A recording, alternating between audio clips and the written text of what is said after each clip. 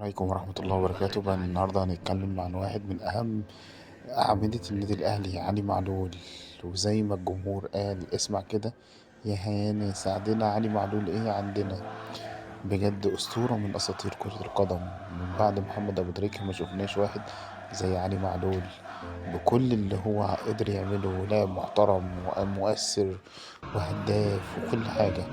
بجد والله الواحد حزين جدا جدا جدا على فراق علي معلول. علي معلول ياما أبدع، ياما شال النادي الأهلي، وياما رفض عروض كتير جدا. علي معلول يستحق إن هو يبقى موجود مع الأهلي في كأس العالم للأندية.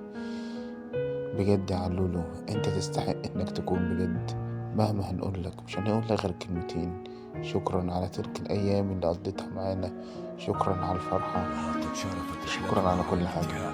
بجد علي معلول، علي معلول ياما هنا ياما هناك. علي معلول ربنا يوفقك في حياتك، مش هنقولك أكتر من كده. ياما تعبت معانا وياما فرحتنا، ومش هننسالك أسيستاتك في النهائي القرن، في النهائي بتاع عبد المنعم. مش قادر أقولك عن شكرا.